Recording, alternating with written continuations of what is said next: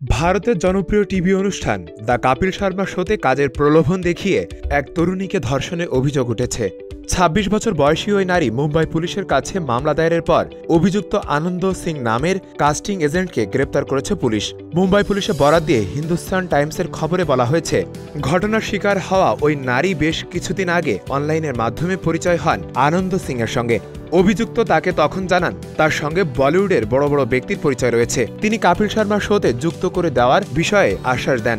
অভিযুক্ত আরও জানান, যদি তার অডিশন ভালো হয় তাহলে তিনি কপিল শর্মা শোয়ে কাস্টিং ডিরেক্টরের কাছে নিয়ে যাবেন। এরপর এই নারী প্রাথমিক অডিশনের জন্য গিয়েছিলেন আনন্দর বাসাতে, সেখানে ধর্ষণের ঘটনা ঘটে। এরপরই ভারতীয় দণ্ডবিধির ৩৭৬ ধর্ষণ ৫০৬ ধারায় একটি মামলা দায়ের করেন ওই নারী। পরে অভিযুক্তকে গ্রেপ্তার করে পুলিশ। বিষয়টি নিয়ে কপিল শর্মা বা এই শোয়ের সংশ্লিষ্টরা কেউ এখনো মন্তব্য করেননি। সিংকে বৃহস্পতিবার আদালতে পেশ করা হবে বলে জানান তুলিঞ্জ থানার পুলিশ সাব ইন্সপেক্টর রোহনী ডাক।